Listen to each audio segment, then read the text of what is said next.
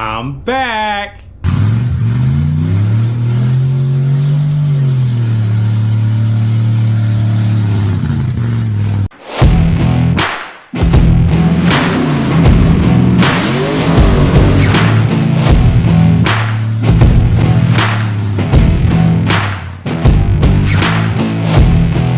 What's up, YouTube? How y'all doing today? So, in the background, Frank is on all fours. Yes, it is sitting on all four wheels right now. That means we're this close to test driving this thing. Now, I have gone ahead and I bled the brakes. I switched around these U-bolts. Let me pop under here and show you real quick from the way they were supposed to be. I had a lot of people calling me out on this.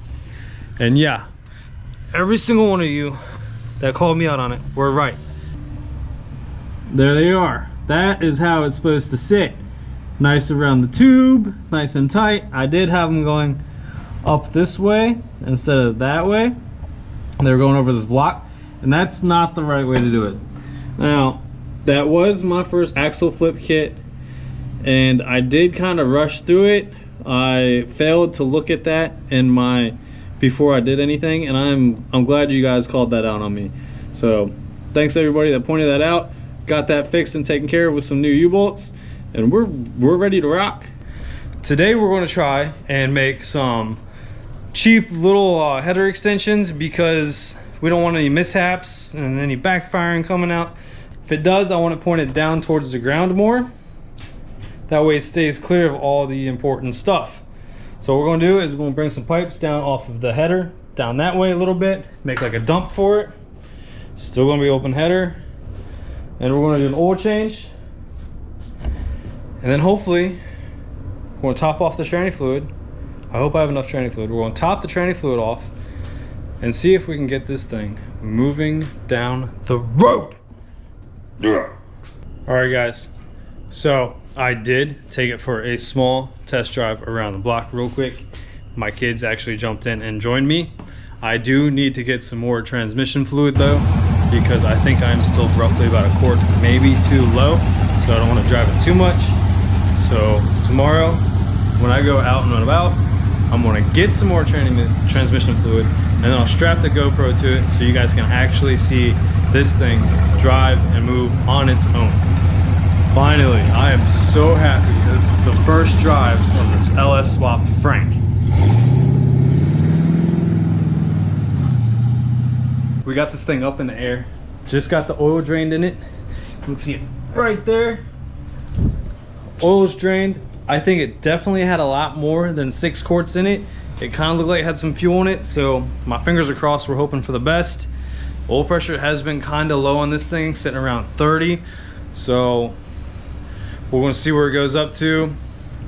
Hopefully, if it stays around 30, I'm just going to send it, and it's going to be okay for right now. And we'll deal with that problem later on down the road, because we're going to get this test drive in, boy. Be right back.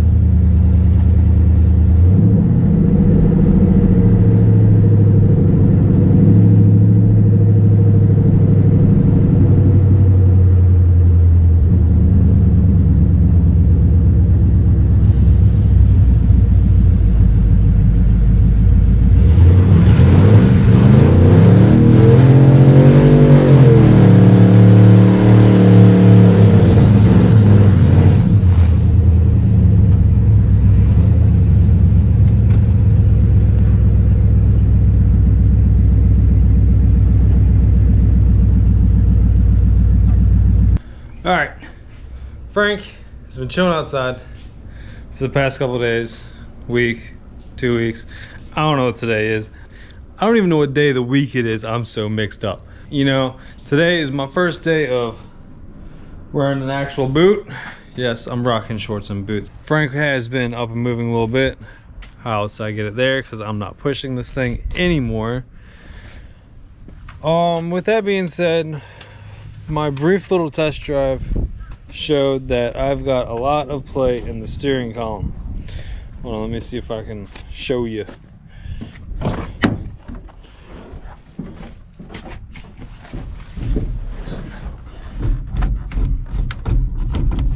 don't know what you can see.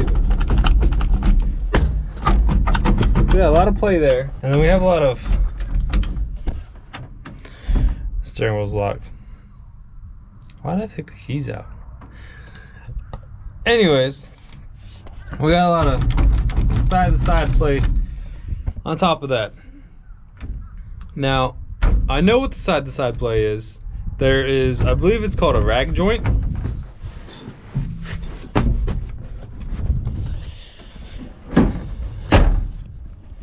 There is a rag joint that is below here, connects to the steering box, that has, it's shot, and I'm pretty sure when I take it apart it's just going to fall apart.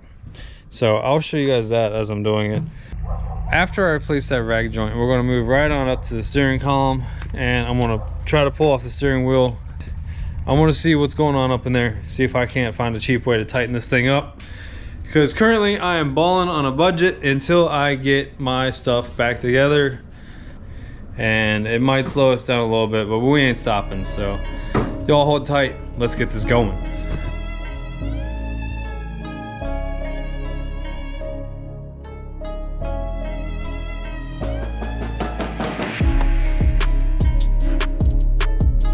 Got it.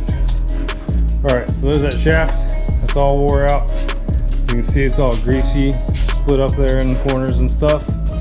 So our next trick is to get this off, because the new one bolts on. This one has what looks like press-in rivets or so. So I'm assuming I gotta drill these out, pop it out, and we'll go from there. Let's make it happen.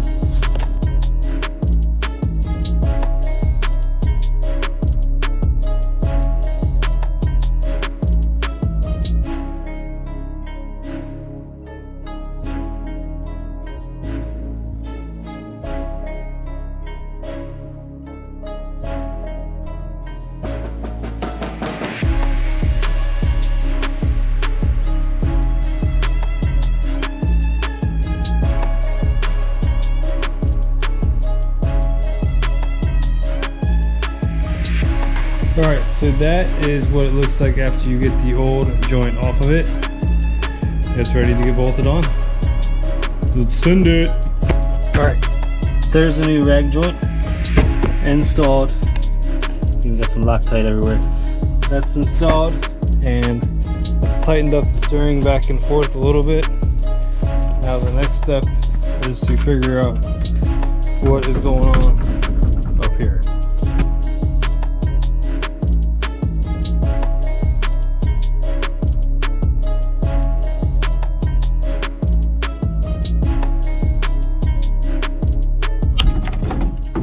That was not the proper way to do it, but I don't have a steering wheel pulley here for these old GMs, and when in a pinch, sometimes that works. I got really lucky and that worked, so let's keep moving forward.